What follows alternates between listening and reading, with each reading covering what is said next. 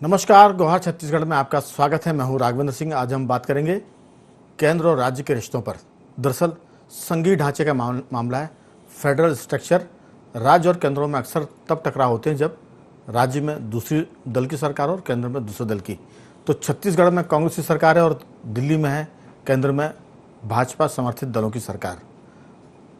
भूपेश बघेल कहते हैं कि केंद्र के मंत्री राज्य के हित के लिए कम आते हैं बल्कि अपनी राजनीतिक जमीन की तलाश में ज़्यादा आते हैं। तो सारा मामला केंद्र वर्सेस राज्य है और इसमें केंद्रीय मंत्रियों का दौरा, राज्य का हित कम, सियासत ज़्यादा दिख रहा है। राजनांदगांव में केंद्रीय मंत्री ज्योतिरादित्य सिंधिया ने कामकाजों की समीक्षा की। 30 अप्रैल तक छत्तीसगढ़ के सभी जो केंद्रीय मंत्री वो दौरे भी करेंगे। 3 साल में जो जीएसटी की बात है उस पर भी बात होगी।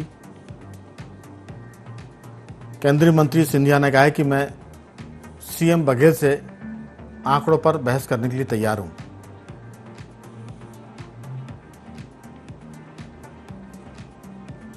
तो मुद्दा महत्वपूर्ण है, राज्य और केंद्र के रिश्ते का भी है और राज्यों के विस्तार और विकास का भी है।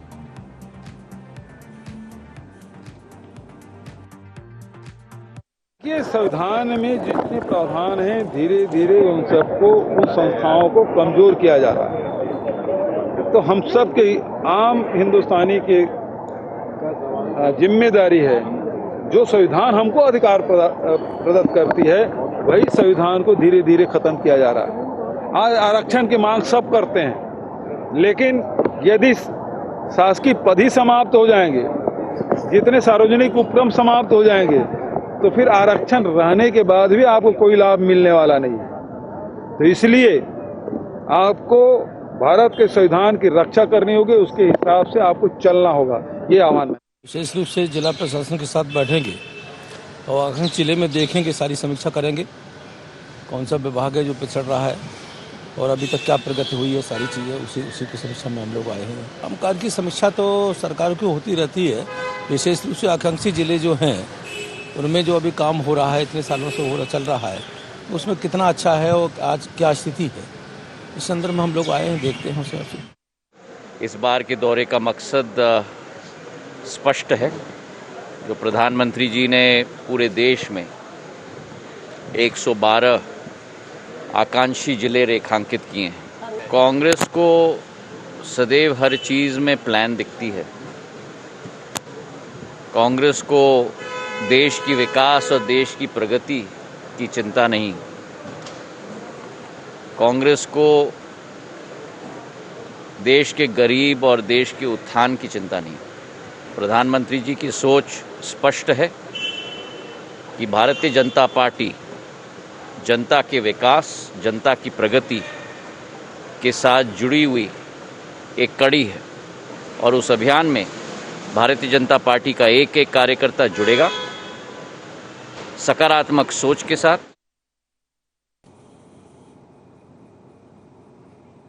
तो हमने देखा कि कुल मिलाकर केंद्रीय मंत्रियों के छत्तीसगढ़ दौरे भाजपा के लिए भी सक्रियता का सबब बन रहे हैं और कांग्रेस के लिए सतर्क होने की वजह बन रहे हैं। कांग्रेस को लगता है कि खैरागढ़ उपचुनाव में हारने के बाद बीजेपी और ताकत के साथ छत्तीसगढ़ में सक्रिय हो रही है और केंद्रीय मंत्रियों के दौरे भी उसी का एक मकसद है, किस तरह से पार्टी की जड़ों को मजबूत किया जाए।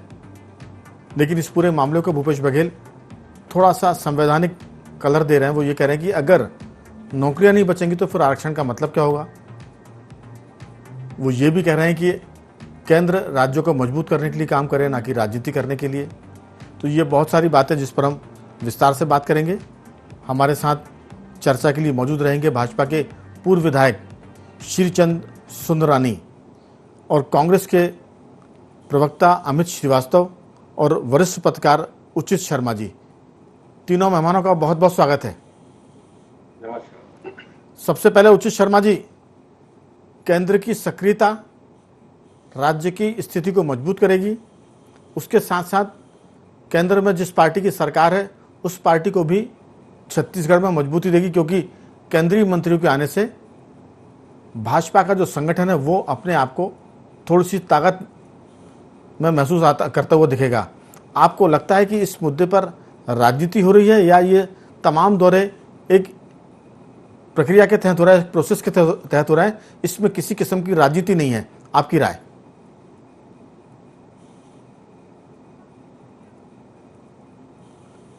उचित शर्मा जी से हमारा संपर्क नहीं हुआ है, लेकिन सुंदरानी जी, आखिर ये केंद्रीय मंत्रियों के दौरे किस लिए हो रहे हैं? कांग्रेस आरोप लगा रही है कि राजनीति करने के लिए हो रहे हैं, उससे राज्य का कोई भला होने वाला नहीं है। आपकी क्या राय है? देखिए राघवेंद्र जी, केंद्रीय मंत्रियों के दौरे समीक्षा के लिए हो रहे हैं। जो पैसा केंद्र से आता है उसका सही उपयोग हो रहा है कि नहीं हो रहा है। केंद्रीय नेताओं के दौरे भारतीय जनता पार्टी के कार्यकर्ताओं से मिलजुल कर यहाँ के विकास के बारे में जानकारी, यहाँ क्या आवश्यकता है उसकी जानकारी और केंद्र सरकार के द्वारा दिए जा रहे पैसे का ठीक से उपयोग हो रहा है या नहीं हो रहा है। आकांक्षी जिलों के 10 मंत्रियों के दौरे छत्तीसगढ़ में होने हैं, जिसमें कल भी 4 मंत्री उनके दौरे हुए। नितिन गडकरी जी 21 तारीख को रायपुर आ रहे हैं, राजधानी आ रहे हैं, समीक्षा करेंगे, काम की समीक्षा करेंगे। और निश्चित रूप से हम राजनीतिक दल के कार्यकर्ता हैं। भारतीय जनता पार्टी एक राजनीतिक दल है। अगर हम राजनीतिक रूप से अपने आप को मजबूत करने में लगे हैं या हमारे नेता राष्ट्रीय स्तर पे कार्यक्रम केंद्र सरकार ने बनाया कि उनके मंत्री आकांक्षी जिलों में जाएंगे और वहां पे जाके समीक्षा करेंगे, वहां जाके बातचीत करेंगे, जनता को केंद्र की सरकार की योजनाओं का लाभ सीधा पहुंच रहा है कि नहीं पहुंच रहा है, इस बात की वो समीक्षा करेंगे। तो इसके लिए तो इसमें कांग्रेस पार्टी के पेट में दर्द क्यों हो रहा है? क्योंकि उनकी पोल खुल रही है, उनकी सरकार की पोल खुल रही है। कहीं न कहीं आप देखिए, रायपुर की अगर मैं बात करूं, राजधानी की बात करूं, तो स्मार्ट सिटी का पैसा जिस मद में आया उस मद में खर्च ही नहीं हुआ। तो ऐसी बहुत सारी घटनाएं हैं जिसका वो समीक्षा कर रहे हैं और केंद्र में जाके मोदी जी को रिपोर्ट देंगे। ठीक है, प्रधानमंत्री आवास योजना का पैसा इन लोग अंशदान नहीं दे पाए, यहाँ से वापस चला गया। ऐसे बहुत सारे पैसे, ये बार बार ये कहते हैं कि केंद्र सरकार से हमको पैसा लेना है, जीएसटी का पैसा लेना, लगातार जीएसटी का पैसा आ रहा है, जीएसटी का पैसा समय पे आ रहा है, लेकिन ये आरोप लगाते हैं। जब ये आरोप लगाते हैं, केंद्र सरकार को कटघरे में खड़ा करते हैं, तो क्या ये राजनीति नहीं करते हैं? और फिर हम राजनीतिक दल के कार्यकर्ता हैं, अगर हम राजनीतिक दल अगर राजनीति नहीं करेगा तो कौन सामाजिक संगठन आके राजनीति करेंगे क्या? चलिए पूछ लेते हैं, अमित जी, बीजेपी अगर पॉलिटिकल पार्टी तो सियासत तो करेगी, केंद्र में उनकी सरकार है तो उनके मंत्री भी दौरे करेंगे और फिर राज्य में कितने विकास कार्य हो रहा है इसकी भी वो समीक्षा करेंगे, लेखा जोखा करेंगे और अपनी पार्टी से फीडबैक भी लेंगे। तो मुझे लगता है कि अगर केंद्र में कांग्रेस की सरकार होती और छत्तीसगढ़ में भाजपा की सरकार होती तब भी यही काम कांग्रेस की गवर्नमेंट कर रही होती जो आज बीजेपी की सरकार कर रही है। इसमें ऐतराज करने से संघीय ढांचे को भी मेरे ख्याल से थोड़ी सी तकलीफ होगी, थोड़ा सा वो ढांचा चरमर आएगा। आखिर कांग्रेस गलत ट्रैक पे क्यों जाना चाहती है? बीजेपी का कहने का लब्बो-लबाब यह है, आपकी इसमें राय? देखिए राघवेंद्र जी, बहुत ही सम्मानित हमारे बड़े भाई भाजपा के सम्मानित प्रवक्ता श्रीचंद भैया की मैं पूरी बातों को बड़े गौर से सुन रहा था। उन्होंने कहा कि हमारे मंत्री आएंगे, आकांक्षी जिले का दौरा करेंगे और सारी चीजों को देखेंगे, काम अच्छे से हो रहा है कि नहीं हो रहा है। निश्चित तौर पे, और उन्होंने ये भी कहा कि कांग्रेस के पेट में दर्द क्यों हो रहा है। बिल्कुल भी दर्द नहीं हो रहा है। जो भी मंत्री आए राघवेंद्र जी, हम उनका छत्तीसगढ़ की धरा में स्वागत करते हैं, कहीं कोई दिक्कत नहीं है। और आपने कहा आप एक राजनीतिक दल है और राजनीति कर रहे हैं, तो इसमें क्या बुराई है? बिल्कुल कोई बुराई नहीं है। लेकिन राजनीति छत्तीसगढ़ की 2.80 लाख जनता की भलाई के लिए करिए, हमें कोई आपत्ति नहीं है, लेकिन सिर्फ विरोध के लिए विरोध मत करिए। और जिस प्रकार से आपने कहा, जो एस्पिरेशनल जिले की ये बात कर रहे थे, आकांक्षी जिला, जिसे 2018 में अति पिछड़ा जिला जो कहा जाता था, जनवरी 2018 में उसे बदल के जो नाम दिया गया, तो मैं आपको बता दूं कि ये टाइम बॉन्ड काम होता है। और लगातार अगर आप देखेंगे, सेंट्रल और स्टेट राघवेंद्र जी दोनों मिलके इसकी तरक्की के रास्ते पर उस जगह को लाना था। लेकिन मुझे ऐसा लगता है कि जिस प्रकार से केंद्र के मंत्री आ रहे हैं और जो स्टेटमेंट उनका आ रहा है, ये संघीय व्यवस्था के लिए भी ठीक नहीं है। निश्चित तौर पे केंद्र और राज्य के जो फेडरल सिस्टम है, हमें जो अधिकार प्रदत्त है, हम उसी में काम कर रहे हैं। और अगर आपको ऐसा कुछ लगता है कि हमने कुछ गलत किया है, तो मुझे ऐसा लगता है आप उसको उठाइए, आप विपक्ष में हैं, हमें कोई तकलीफ नहीं है। लेकिन मुझे ऐसा लगता है राघवेंद्र जी, जो एस्पिरेशनल जिले हैं, जो अति आकांक्षी जिले हैं, उसमें गतिरोधक के बदले गतिवर्धक अगर हम मिलकर काम करें तो ज्यादा बेहतर होगा। लेकिन जो मंत्री आ रहे हैं, अब आप देखिए छत्तीसगढ़ के यहाँ के जो नेता है, भाजपा के नेता है, पूरी तरीके से अगर आप देखेंगे राघवेंद्र जी, छत्तीसगढ़ में मुद्दावीन हो गए। और जिस प्रकार का अगर आप देखेंगे पूरा खैरागढ़ का चुनाव, तो मुझे ऐसा लगता है केंद्र में बैठी हुई इनकी जो सरकार है, वहां पर इन नेताओं को बिल्कुल दरकिनार कर दिया गया था। और जिस प्रकार से अगर आप देखें, शिवराज सिंह जी को बुलाया गया था, प्रहलाद पटेल जी को बुलाया गया था, फग्गन सिंह कुलस्ते साहब को बुलाया गया था, और लगातार सिंधिया जी के भी आने का समय था, लेकिन वो शायद आज आए हैं या कल आए हैं। निश्चित तौर पे देखिए, मैंने जैसा कहा कि आप जनता की भलाई के लिए राजनीति करिए, हमें कोई तकलीफ नहीं है। लेकिन प्रश्न जब वो आएंगे केंद्रीय मंत्री, तो क्या राघवेंद्र जी वो प्रश्न नहीं उठना चाहिए कि जीएसटी का 14,000 करोड़ हमें क्यों नहीं मिल रहा है, कोयला का रॉयल्टी का 4,140 करोड़ क्यों नहीं मिल रहा है, और 13,000 करोड़ रुपए हमें सेंट्रल एक्साइज का क्यों नहीं मिल रहा और कब मिलेगा। सीआरपीएफ का आप देखिए 11,000 करोड़ रुपए हमारे यहाँ से काट दिए। कल मुख्यमंत्री जी अमित शाह जी से मिलकर आए और उन्होंने निवेदन किया है कि आप इसे वेव ऑफ करिए, दूसरे प्रदेशों में भी आपने किया है। तो कल हमें बताया गया, जिस प्रकार से मुख्यमंत्री जी से हमारी कल मुलाकात थी, तो उन्होंने बताया कि हमने ये कहा है कि आप कम से कम उसे किस्तों में कर दीजिए। अगर आप उसे वेव ऑफ नहीं करना चाहते किसी राजनीतिक कारणवश, तो वेव ऑफ कर दीजिए, किस्तों में कर दीजिए, किस्तों में कर दीजिए। उन्होंने अभी भी आश्वासन नहीं दिया कुछ ऐसा, उन्होंने कहा ठीक है हम देखते हैं। तो क्या ये सारी चीजों का जवाब उन केंद्रीय मंत्रियों को नहीं देना चाहिए छत्तीसगढ़ में आके, कि छत्तीसगढ़ के साथ सौतेला व्यवहार राघवेंद्र जी क्यों किया जाता है, चाहे खाद को लेके हो, चाहे उसना चावल को लेके हो। पहले 60 लाख मेट्रिक टन धान की बात करते थे, फिर 24 लाख के लिए। लगातार एक फेरिस्ट है हमारे पास कि जब से हमारी यहाँ पर सरकार आई है, उसे प्रताड़ित करने का, उसे भेदभाव करने का एक रवैया जो है, वो मुझे लगता है लोकतंत्र के लिए ठीक नहीं है।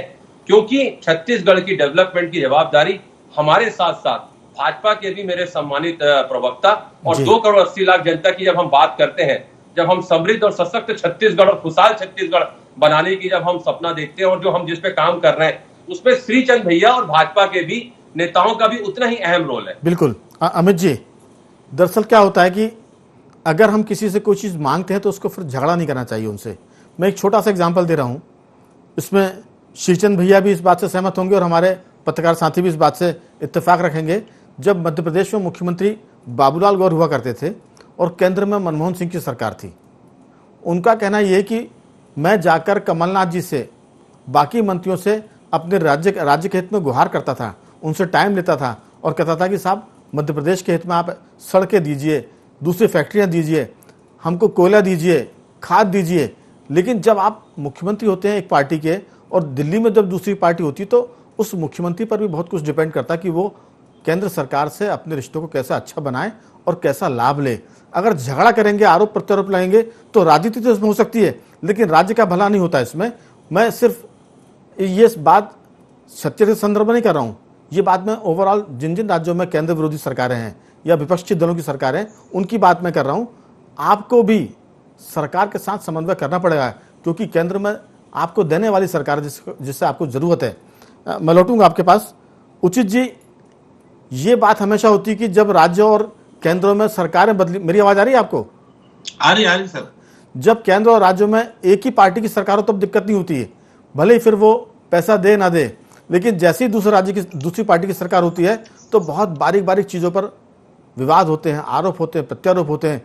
तो इसमें जब आप किसी पर आरोप लगाएंगे तो फिर वो भी आपसे व्यवहार वैसे ही रखेगा। जैसा कहा कि 11,000 करोड़ रुपए एक साथ काट लिए गए। जब रिश्ते ठीक नहीं होंगे तो वो तो वसूली करेगा, और रिश्ते अच्छे होंगे तो फिर प्रेम से, स्नेह से बात करके, मजबूरी बताकर फिर सब चीज़ें हो जाती। जैसे बनिए की दुकान पर कोई जाता है लेने और उसको उधार चाहिए होता, तो फिर बनिए को ज़रा थोड़ा सा अच्छे से बात करता है, प्यार से बात करता है। तो मुझे लगता है कि ये व्यावहारिकता की बात भी है। राजनीति अपनी जगह, चुनाव हो गए, सरकार बन गई। अगर आप राज्य का हित चाहिए, केंद्र को अपनी सत्ता मजबूत करनी, तो केंद्र को भी मदद करनी पड़ेगी और राज्यों को भी। आपकी राय? जी सही कहा सर, सही कहा राघवेंद्र जी। ये ऐसा होता है जब केंद्र में दूसरी सरकार और राज्य में दूसरी सरकार होती है तो ये डूरा कुर्सी हमेशा चलते रहती है।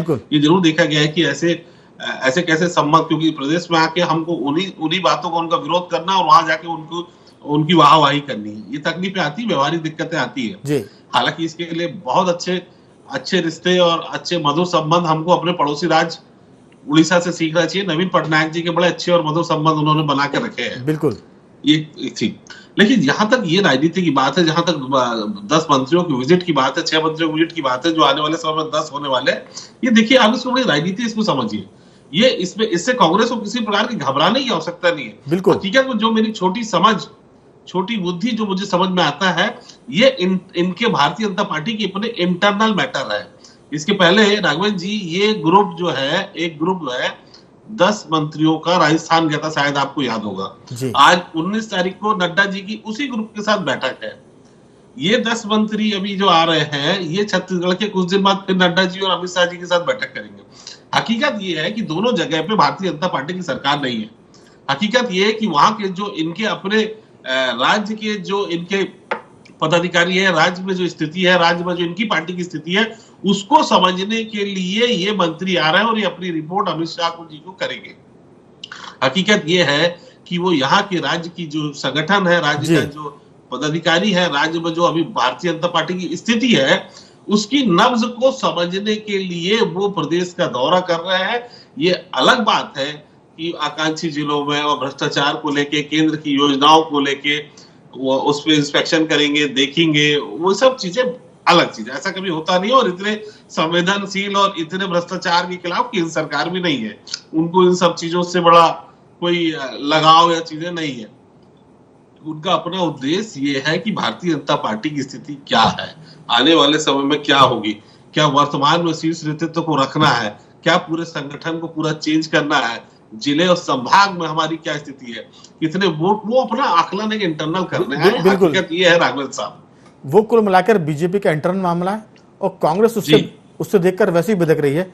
जब कोई केंद्रीय मंत्री आएगा तो कुछ तो बोलेगा राज्य सरकार के बारे में। जाहिर है कि बोलेगा कि स्मार्ट सिटी का पैसा आपने किसी और मद में क्यों खर्च कर दिया।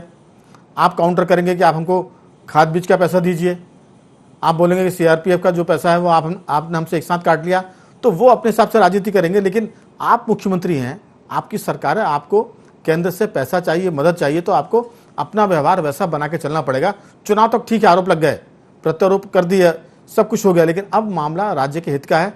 कहीं ना कहीं अमित जी, सरकार को भी अपने चतुराई की बात करनी पड़ेगी, क्योंकि एक चतुराई तो कर लिया आपने, वोट पा लिए, जनता का दिल जीत लिया। अब केंद्र का भी आपको दिल जीतना पड़ेगा राज्य के हित में, वरना आपको बाकी 1.5 साल संकटों में गुजारने पड़ेंगे। अमित जी, आपकी एक बातों से मैं इत्तेफाक बिल्कुल नहीं रखता। आप बहुत वरिष्ठ हैं, मेरे लिए आदरणीय है, लेकिन हमारा व्यवहार जो है, निश्चित तौर पे मैंने शुरू में ही कहा कि जितने भी मंत्री आए उनकी छत्तीसगढ़ की पावन धारा में हम स्वागत करते हैं। ठीक है, वो राजनीति करने आए हैं, राजनीति करें, कोई हमें उससे दिक्कत नहीं है। और जैसा अभी उचित भाई ने भी कहा कि जहां पर गैर भाजपाई शासन है वहां पर 10 मंत्री जा रहे हैं, आप जाइए, हमें उससे भी कोई गुरेज नहीं है।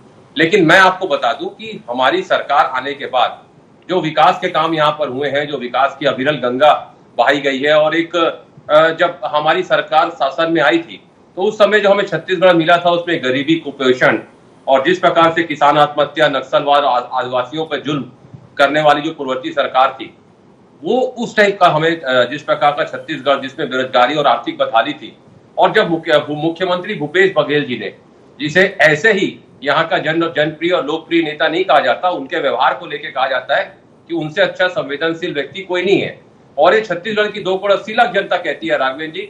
और आपको मैं बता दूं कि जिस प्रकार से एक छत्तीसगढ़ मॉडल और जो छत्तीसगढ़ राज्य ने में जो नई ऊंचाइयां दी हैं अपने विकास के एक नए मॉडल पे, जिसकी चर्चा पूरे देश में हो रही है, कमजोर तबके के लोगों को उनकी आजीविका के लिए जो आर्थिक ताकत हमारी सरकार ने देने का प्रयास किया है, उसके लगातार 41 से ज्यादा जो हमें अवार्ड्स मिले, ये दर्शाता है कि हमारी योजनाओं को केंद्र की सरकार भी पसंद करती है। और प्रधानमंत्री जी ने तो अभी उत्तर प्रदेश के चुनाव में जो हमारी कई योजनाओं का जिक्र किया था, हालांकि उन्होंने प्रदेश का नाम नहीं लिया क्योंकि राजनीतिक मजबूरियां थी, लेकिन फिर मैं आपको कह रहा हूं कि हमारा किसी से भी लड़ने का कोई उद्देश्य नहीं है।